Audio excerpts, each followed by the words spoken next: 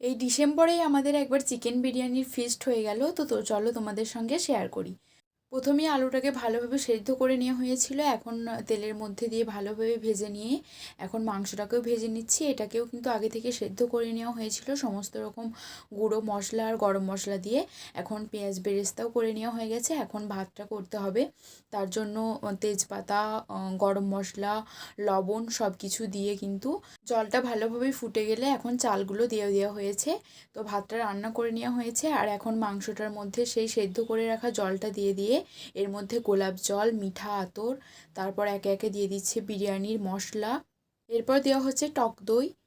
তো আমি যেহেতু শর্ট ভিডিও বানিয়েছি তাই স্পিডটা একটু বাড়িয়ে দিয়েছি, তোমরা একটু কষ্ট করেই দেখে নিও। এটাকে ভালোভাবে মিশিয়ে নেওয়া হয়ে গেলে এখন আমি এর মধ্যে দিলাম টমেটো সস, ভেজে রাখা আলু, এর মধ্যেও অল্প বিরিয়ানির মশলা ছড়িয়ে দিয়ে এর ওপর থেকে দেওয়া হচ্ছে পেঁয়াজ বেরেস্তা।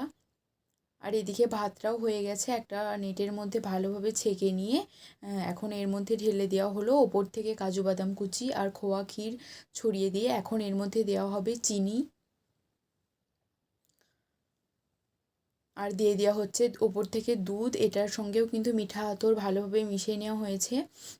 আর দেওয়া হচ্ছে সাদা তেল, যেই তেলে ভাজাগুলো করা হয়েছিল সেই তেলটাই কিন্তু এখানে ব্যবহার করা হয়েছে।